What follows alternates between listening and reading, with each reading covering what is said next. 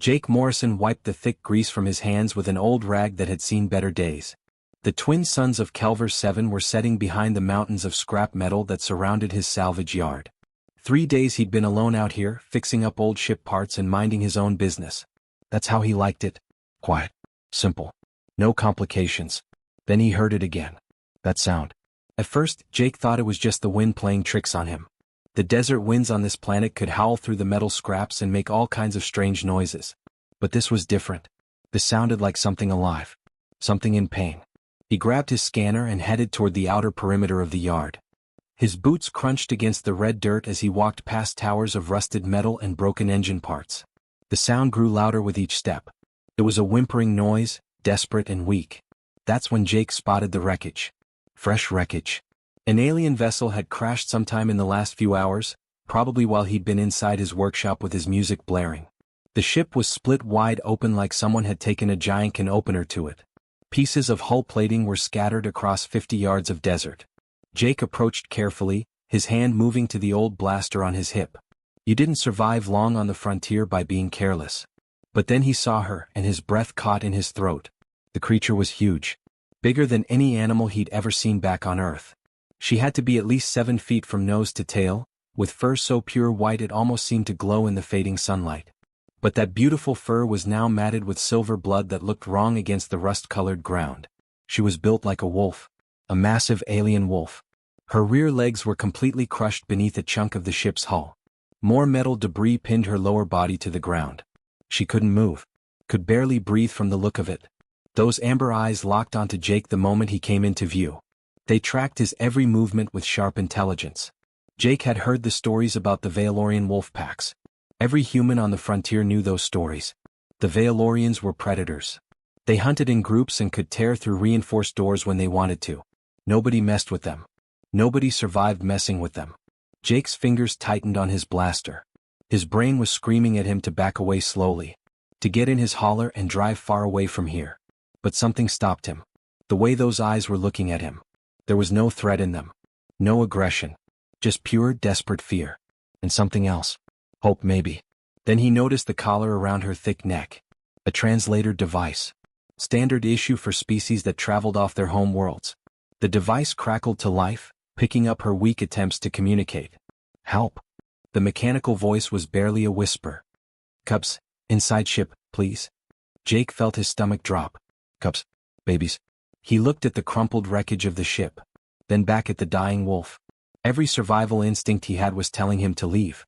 To not get involved. This wasn't his problem. This was dangerous. This was stupid. But Jake Morrison had never been good at walking away from people who needed help.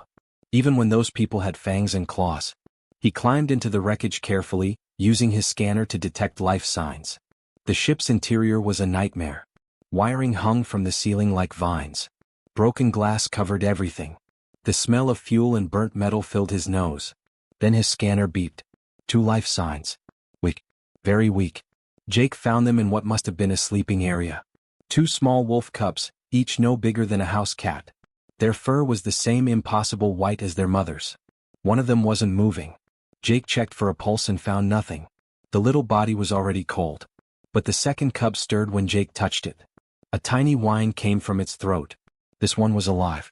Barely alive but alive. Jake scooped up the surviving cub as gently as he could and carried it back outside. The mother's eyes were closed, but they snapped open when she heard her baby's voice. Jake placed the cub next to her face. The mother wolf touched her nose to her baby, making a sound that reminded Jake of breaking glass. It was the saddest sound he'd ever heard. I'm dying, the translator managed to convert her words. Colony, 3 days north. Medical puppies, my son. Ash. Jake looked down at the paralyzed alien. At the tiny cub named Ash who would die without his mother. At his beat-up old hauler parked 50 yards away. This was insane. This was absolutely suicidal. If he helped them there was a good chance he'd die too. What's your name? Jake asked. Kira. Jake knelt down next to her massive head. Alright Kira. I'm gonna help you. But I need to move you and it's gonna hurt. You understand? Those amber eyes met his. Understanding passed between them. Between human and alien. Between mechanic and mother. Why, help. Jake didn't have a good answer. Because someone has to. He stood up and started calculating weight ratios in his head. 300 pounds of paralyzed wolf. 3 days through dangerous territory. This was definitely the stupidest thing he'd ever done. But he was going to do it anyway. Jake stood in his workshop staring at the pile of materials he'd need to save a life. Shuttle plating from a crashed cargo hauler. Old anti-grav lifters that he'd been meaning to fix for months. Some hydraulic tubing. A whole lot of hope and not much else. 4 hours. That's how long it took him to build something that might work as a stretcher. His hands moved on autopilot, welding joints and connecting power cables. He'd built 1,000 things in this workshop over the years, but never something like this. Never something where failure meant watching someone die right in front of him. The anti-grav lifters were old tech, salvaged from mining equipment. They could handle maybe 200 pounds on a good day. Kira weighed at least 300, probably more. The lifters would help, but they wouldn't do the job alone. Jake was going to have to use muscle. His own tired, middle-aged mechanic's muscle that was more used to turning wrenches than moving paralyzed aliens. He dragged the makeshift stretcher out to where Kira lay. Little Ash was still curled against his mother's chest, making soft whimpering sounds.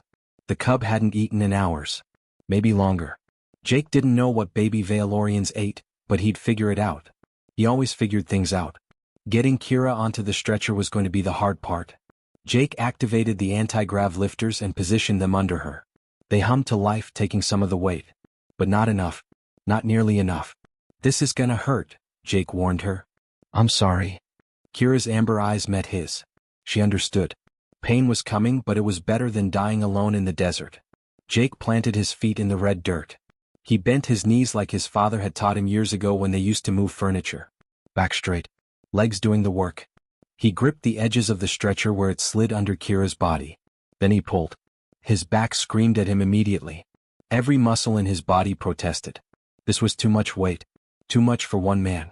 But Jake didn't stop. He couldn't stop. He pulled harder, his boots digging into the ground for leverage. Kira made a sound of pain. Her claws scraped against the metal debris as her body shifted. But she didn't fight him. She trusted him to do this. Inch by terrible inch, Jake dragged 300 pounds of alien wolf onto the stretcher. His arms shook so badly he thought they might give out.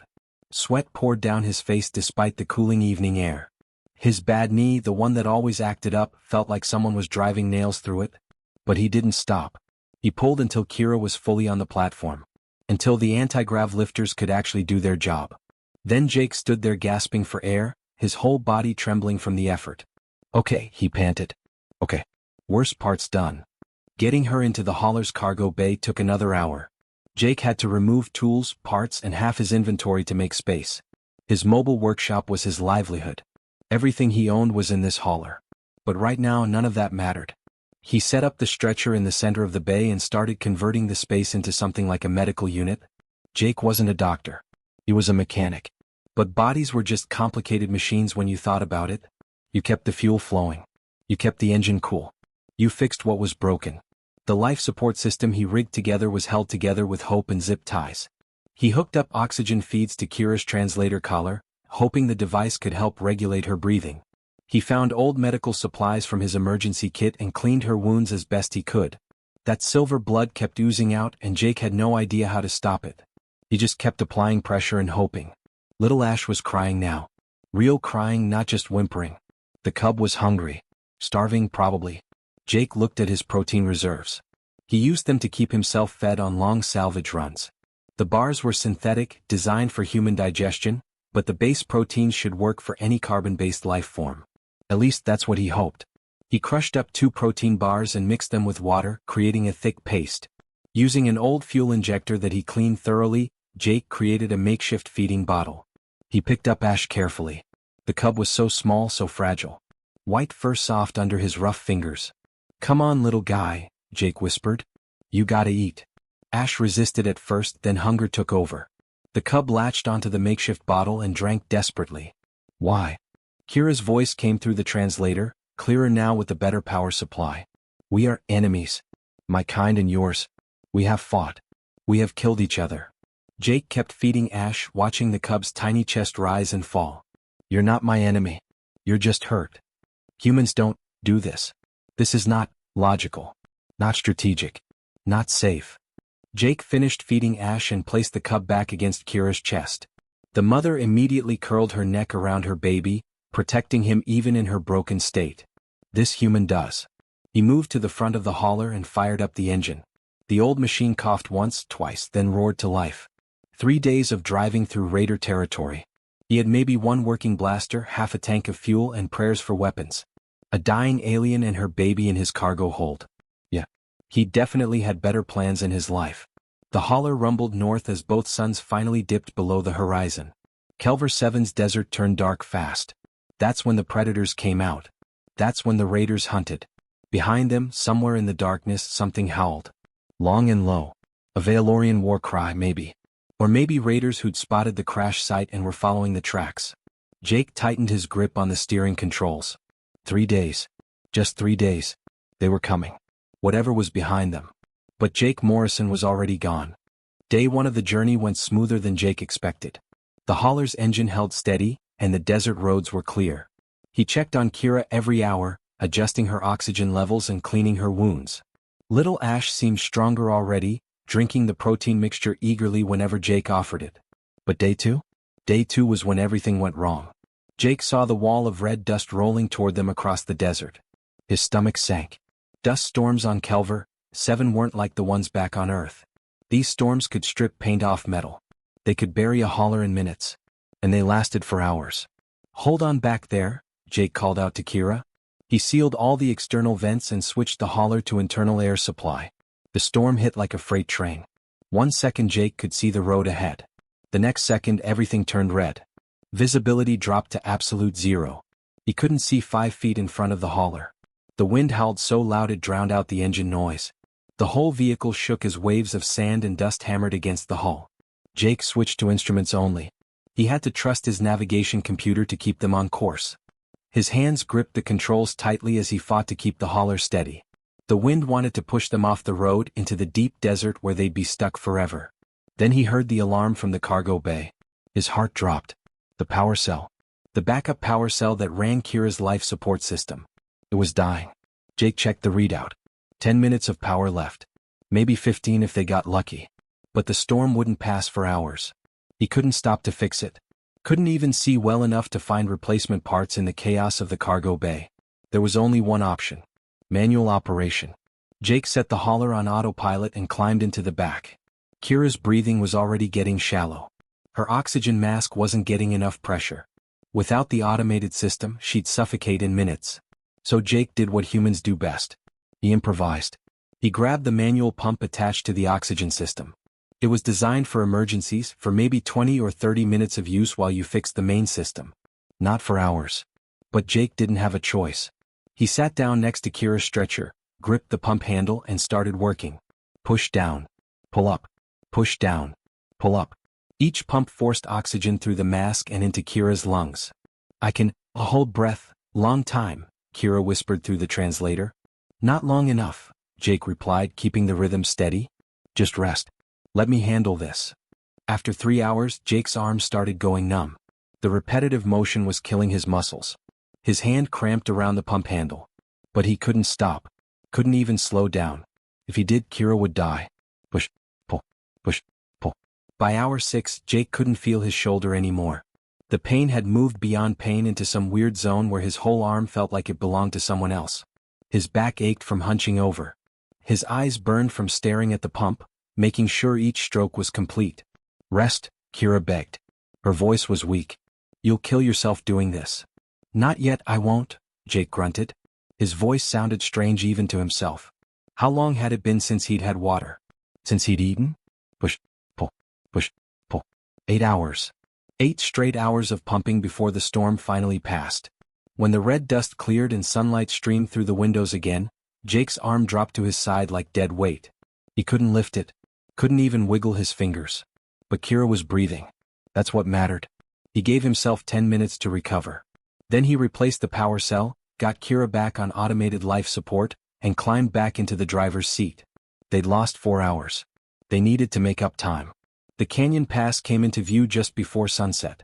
It was the fastest route north, cutting through the Red Rock Mountains. But it was also the most dangerous. Raiders loved canyon passes. Easy place to set up an ambush. Jake's instincts were right. 3 raider bikes appeared behind them, engines screaming. He could see them in his rear cameras. Each bike had a rider with plasma rifles. They were fast, heavily armed, and they'd clearly decided that Jake's hauler looked like easy money. But Jake Morrison hadn't survived 10 years on the frontier by being easy prey. He'd spent most of yesterday wiring up his old mining charges. The charges were meant for blasting through rock to get at valuable ore. But they worked just as well for other purposes. Jake had placed them along the canyon walls hours ago on his way through, hoping he wouldn't need them. He needed them. Jake led the raiders deeper into the canyon pass. Let them get confident. Let them think they had him trapped. The canyon walls rose high on both sides, red rock towering hundreds of feet above. Then Jake hit the detonator. The explosion was beautiful. The mining charges blew simultaneously, and entire sections of the canyon wall came down. Tons of rock crashed onto the road behind the hauler. The raiders didn't even have time to scream. 1 second they were chasing him.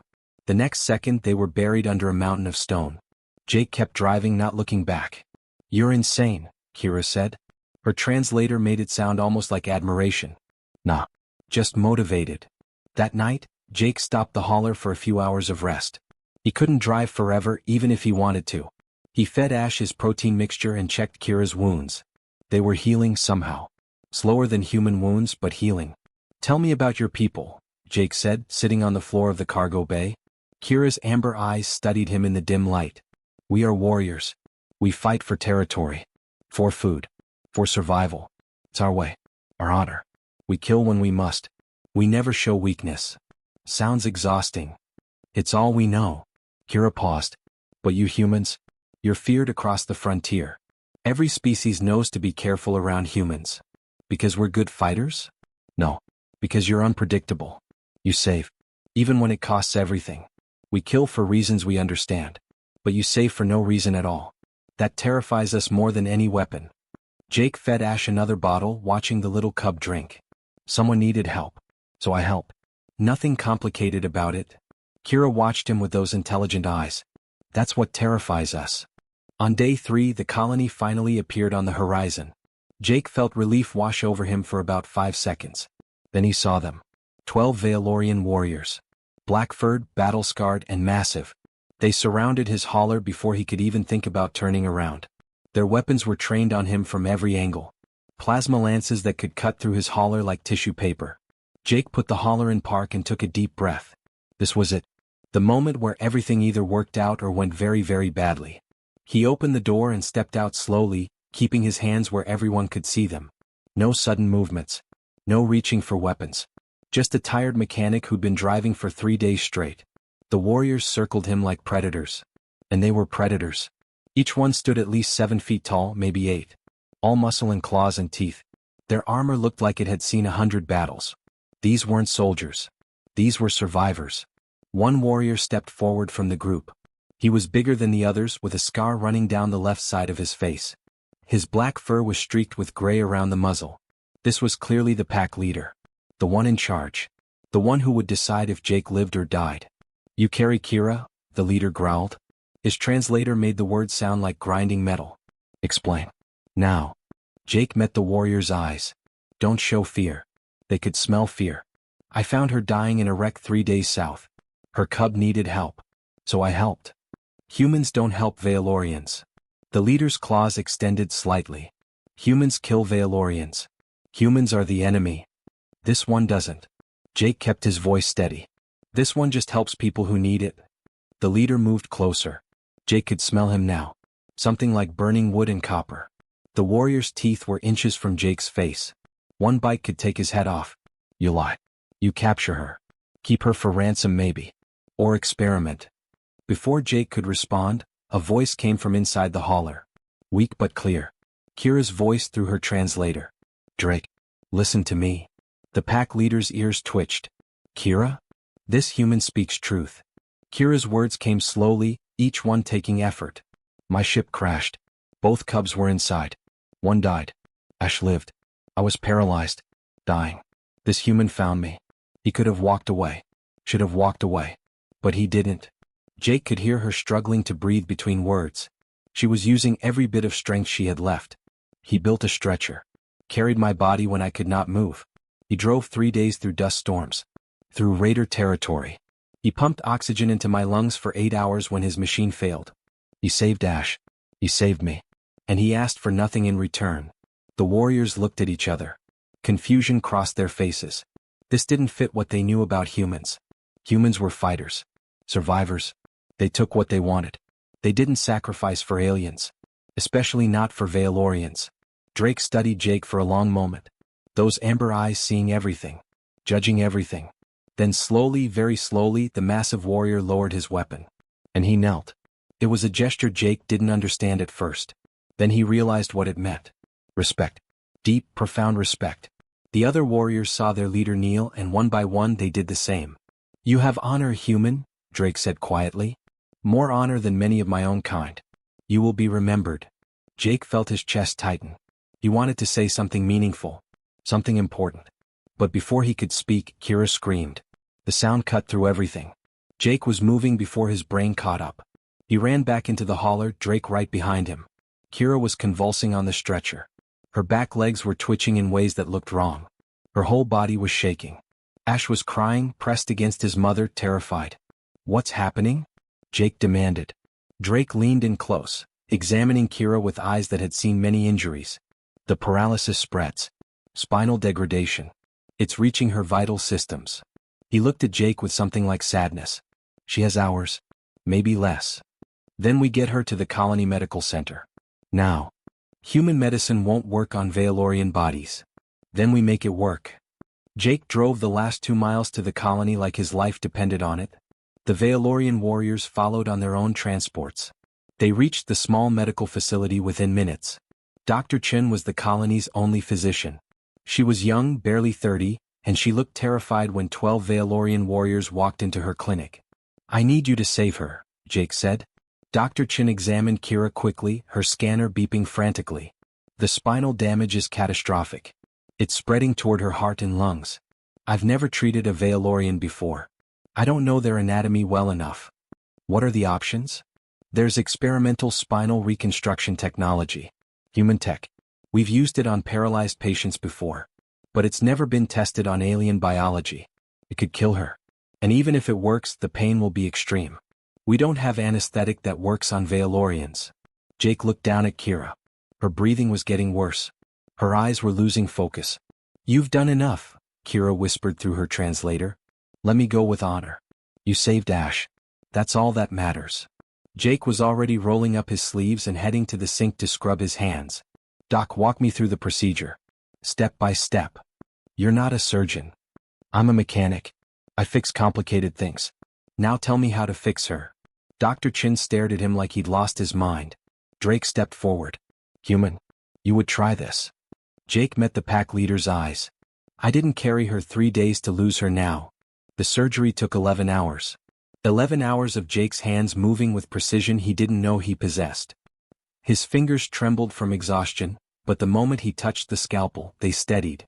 The colony AI spoke in his ear, guiding him through each impossible step. Cut here. Graft there. Reconnect this nerve cluster. Rebuild what was broken. Through the observation window, Valorian warriors pressed their faces against the glass. Their eyes were wide. Their breathing fogged the window. They were watching something their species had never witnessed before. A human. A simple mechanic. Saving one of their own. Asking for nothing. Expecting nothing. Just doing it because it was right. Kira endured every moment without making a sound. No screams. No cries. She bit down on a leather strap and let this strange human cut into her spine. When the final connection was made, when the nerves fired and feeling rushed back into her dead legs, her toes twitched. Just a small movement. A tiny twitch. Outside the window, Draven let out a roar that rattled the entire building. Warriors cheered. Some wept. Their sister could walk again. But Jake didn't celebrate. He couldn't. His body had nothing left to give. For 3 days he barely slept. Maybe 4 hours total. He'd survived on cold coffee and stale nutrition bars. His hands were covered in chemical burns from the makeshift anesthetic. His eyes were bloodshot. His muscles screamed. The moment he made the final stitch, his body simply quit. Jake collapsed right there, falling forward across the operating table. The AI started screaming alerts. Medical staff rushed in. And Kira, still weak, still learning to feel her legs again, reached out and caught his head before it hit the metal surface. No, she whispered in her language. Not him. You cannot take him. The next 72 hours were a blur. Kira refused to leave Jake's side. When the human doctor said she needed rest for her own recovery, she bared her teeth and growled. When they tried to move her to another room, she wouldn't budge. She planted herself in a chair beside his bed, actually sat in a chair with her own legs supporting her, and declared she wasn't moving. Draven brought the Valorian healers. The best ones. He demanded they use their own medicine on this human. Their sacred medicine. The kind they usually reserved only for their own warriors. He saved my sister, Draven said, his voice like gravel. Now we save him. For 3 days Kira stood vigil. She practiced standing on her new working legs while she watched over the unconscious mechanic. Ash, the cub Jake had saved, curled up on his chest and refused to move. The little creature's purring was the only sound in the quiet room. He showed me what humans truly are, Kira told her brother. Now we show him what Valorians can be. On the 4th day, Jake's eyes finally opened. The first thing he saw was Ash's face, inches from his own. The cub licked his nose. Then he noticed Kira standing tall on her own 2 feet, tears streaming down her face. You're standing, he croaked. You're alive, she replied. Outside his room, the entire colony was buzzing with news. Something impossible had happened. The first real human Valorian peace treaty in frontier history. No more raids. No more fights. No more bloodshed. All because one mechanic couldn't walk away from someone who needed help. Draven came to see him the next day. The massive warrior offered him everything. Honor among the clans. Territory on their homeworld. Wealth beyond imagination. A position as their official healer. Jake declined it all. Every single offer. I don't want payment for doing the right thing, he said simply. But he accepted one thing. The mark. Kira insisted, and she wouldn't take no for an answer. Using traditional methods, she branded her clan symbol onto his forearm. Back friend. Forever protected. Anywhere in the galaxy, any Valorian who saw that mark would treat him as family. 6 months passed. Jake went back to his normal life. Fixing engines. Welding scrap. Living in his dusty workshop with Ash, who'd grown considerably larger and stronger. Life returned to its quiet rhythm. Then one afternoon, a massive shadow filled his doorway. Kira stood there, fully healed. She walked without even a trace of a limp. Her legs were strong. Her spine was straight. Ash bounded over to greet her, and she scratched behind the cub's ears. I have traveled across 100 worlds, she said through her translator device. The words came slowly, carefully chosen. I have fought beside the greatest warriors in the galaxy. I have seen bravery that songs are written about. She stepped closer, her eyes locked on his. But I have never seen courage like yours. You carry those who cannot walk. You lift the broken ones. You save those the entire universe has decided should die. That is not just courage. That is divine. Jake wiped his greasy hands on his coveralls and shrugged. Nah, he said with a small smile. That's just being decent. Kira laughed, a sound like thunder and music combined. She clasped his shoulder once, the mark on his arm burning warm, and then she left with Ash trotting beside her. Jake watched them go, then turned back to his work. Just another day on the frontier. Just another busted engine to fix. Just another life saved. Because that's what humans do. The end.